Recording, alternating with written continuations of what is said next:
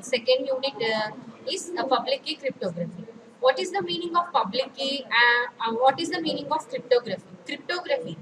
Cryptography means the study of some techniques used to encrypt the plain text and decrypt the plain text. So, this public key cryptography uses two keys, one for encryption and another for decryption. Before public key cryptography, we studied symmetric encryption. In symmetric encryption, a common key is used between the sender and receiver.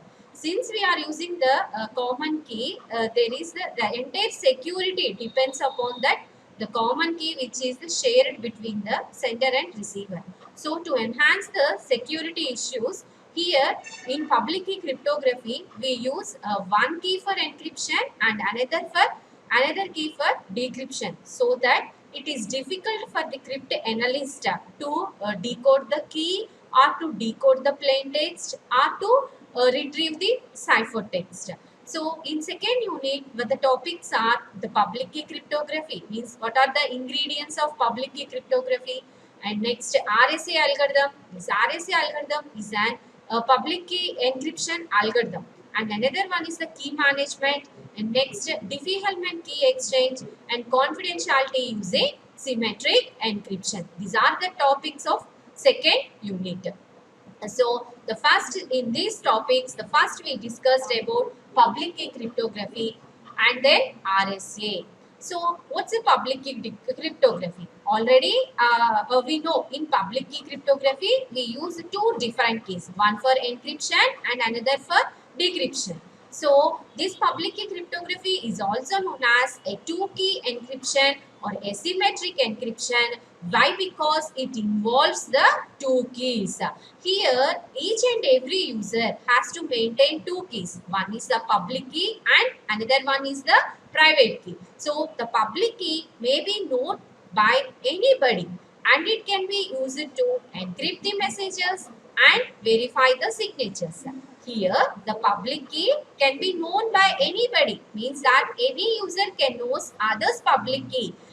This public key is used for encrypt the messages and verify the signatures. Whereas the private key, it should be known only to the recipient, used to decrypt the messages and sign the signatures. So private key is used for decrypting the messages and to create the signatures. Since it is called asymmetric, because those who encrypt the messages or verify the signatures cannot decrypt the message or create the signature. Why it is an asymmetric encryption? Why we are calling it as an asymmetric encryption? Because we are using one key to encrypt the message or verify the signatures, and using that key we cannot decrypt the message or create the signatures.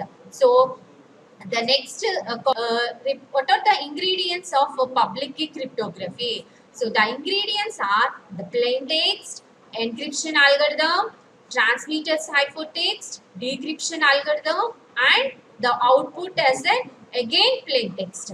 So what are the ingredients here? We have to take the plain text, and the second ingredient is the encryption algorithm, and third one is the generating the ciphertext, and the fourth one is the decryption algorithm, and finally we are getting the plain text. So this diagram clearly explains the components or ingredients of public key cryptography. What is happening here? Here, the public key cryptography provides two types of services. One is secrecy and another one is the authentication. Secrecy and another one is the authentication. It provides two services. One is secrecy and another one is the authentication. Here, the plain text is generated by the sender. Sender creates the plain text. Sender creates the plain text. This plain text has to be converted into a ciphertext. For that purpose, the process of converting the plain text into ciphertext, we consider the encryption algorithm. That encryption algorithm is RSA algorithm. Whereas in symmetric encryption, we are considered the data encryption standard algorithm. Here, we are considering the RSA algorithm to convert the plain text into ciphertext. So, any encryption algorithm needs two inputs. One is the plain text and another one is the key. Since we are discussing the public key cryptography concepts, here the sender and receiver is not using the similar key. So here every user is having two keys. One is the public key and another one is the private key. The public key of a particular user is known to all. How the user knows all the public keys? By using the key management methods like public announcement, public key directory, public key authority, or through by the public key certificate authority. So by using any one of the methods, the user can knows the other's public key. Since we are using here the secrecy service, the encryption algorithm uses the public key to encrypt the message. How, whose public key it has to be used to encrypt the message? Whose public key it has to use the encrypt the message means, so let it consider the sender creates the plain text. This plain text has to be reached to the Alice. The sender here consider the name of the sender as a Bob and the receiver as an Alice. Consider the name of the sender as a Bob and the receiver as an Alice. So Bob wants to send the message to Alice to and implementing the secrecy service. Implementing the secrecy service. So Bob wants to know the Alice public key. For that purpose, Bob goes to the public key ring and he picks the Alice public key and he gives it as an input to the encryption algorithm. So Bob encrypting the plain text using Alice public key, so that Bob has the confidence that Alice can only decrypt that message. This assurance is known as secrecy. So after that it converted into the ciphertext. The transmitted ciphertext reached to the Alice.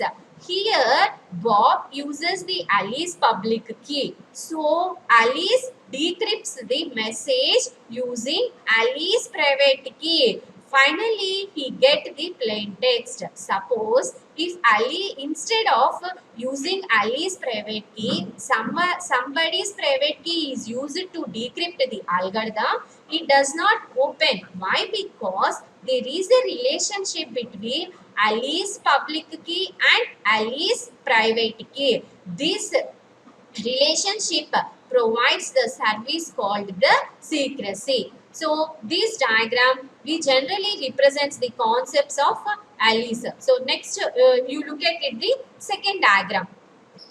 This second diagram, here we represent the notations. Here we represent the notations instead of mentioning the Alice and Bob's. So here the message is considered as a letter X. Message we are considered it as a letter X. This message is undergoes the encryption algorithm. Here the source needs the public key of destination, means the sender needs the public key of the destination. For that purpose, here the key pair source is maintained at the receiver's side. The key pair source is maintained at the receiver side. From that, the sender takes the public key of receiver. After that, it transmitted into the ciphertext and it is reached to the receiver. The receiver uses the private key to decrypt the algorithm and decrypt the plain text, and finally the actual plain text is produced. Here there is a crypt analyst. The crypt analyst tries to attack the either plain text or the key. So this diagram represents the concept of secrecy. Moving to the another diagram. We represents the confidentiality service. Nothing but authentication service. Here the plain text X. The Bob wants to send the message to Alice. So Bob create the plain text and he encrypt the plain text. Using which key he encrypt the plain text? Since we are implementing the authentication service, Bob is encrypting the plain text with Bob's private key, so that nobody can open that message, and then it is transmitted to the ciphertext, and it is transmitted as the ciphertext. On reaching it to the receiver side, that is here nothing but Alice. Alice decrypts the message using Bob's public key. Where he gets the Bob's public key? He gets the Bob public key from the public key ring, and finally he produces the plain text as an output. This service is called the confidentiality service. Here you clearly know the difference between the secrecy and authentication service. This service is called the authentication service. Secrecy service is also known as confidentiality service. And you should know clear difference between the secrecy and authentication, means the confidentiality and authentication. In authentication, the plain text is encrypted with sender's private key and it is decrypted with sender's public key.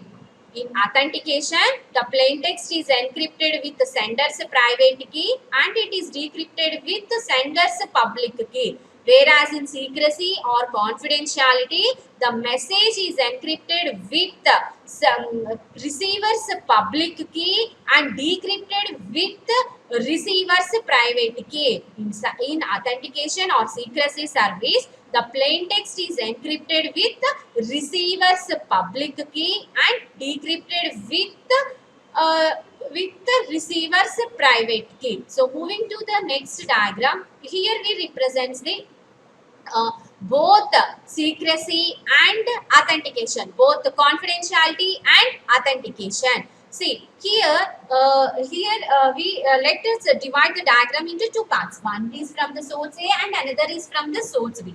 From the source A, you see here there is the message. After that there is an encryption algorithm. Again we are having an encryption algorithm. And then on the receiver side we have decryption algorithm, and then actual message is reached to the destination. So here in this diagram we are representing the both services, that is authentication and confidentiality. So here authentication, this part, the key page source. From the key page source, the two keys are arising. One is PRA and another one is the PUA. And whereas in confidentiality service, two key page sources are arising. One is PUB and another one is PRA. Suppose consider a message X. On this message X, we are applying the encryption algorithm. If we are applying the authentication service, the message is encrypted with PRA. So on the left side, consider the on the destination side, you consider the second decryption algorithm. Here we are giving the input as an PUA. We are giving the input as an PUA. Why? Because on the first encryption algorithm, we applied PRA, and the second box, in the destination side, second box of the decryption algorithm, we are mentioning as PUA. So the both PRA and PUA represents the authentication, and the keys PRB and PUB represents the confidentiality. So in the next slide we discuss about the characteristics of the public key. So the public key algorithms depends on two keys. Those two keys are private key and another one is the public key. It is computationally infeasible to decrypt to decrypt the key knowing only algorithm and encryption key. It is difficult to decrypt the key by only knowing the algorithm and encryption key. So, and it is also it is easy to encrypt or decrypt the messages when the relevant key is known. Either of the two related keys can be used for encryption, with other is used for the decryption. So, in the next slide, we can know the public key applications where we use this public key encryption. One is in encryption and decryption, that is to provide the secrecy, and another one is the digital signature to provide the authentication, and third one is the key exchange. So finally what we can conclude that the public key cryptography provide two services. One is authentication and another one is the confidentiality. In authentication we use private key of the sender for encryption, and for decryption we use the public key of the sender. So in confidentiality we use receiver's public key for encryption and receiver's private key for decryption.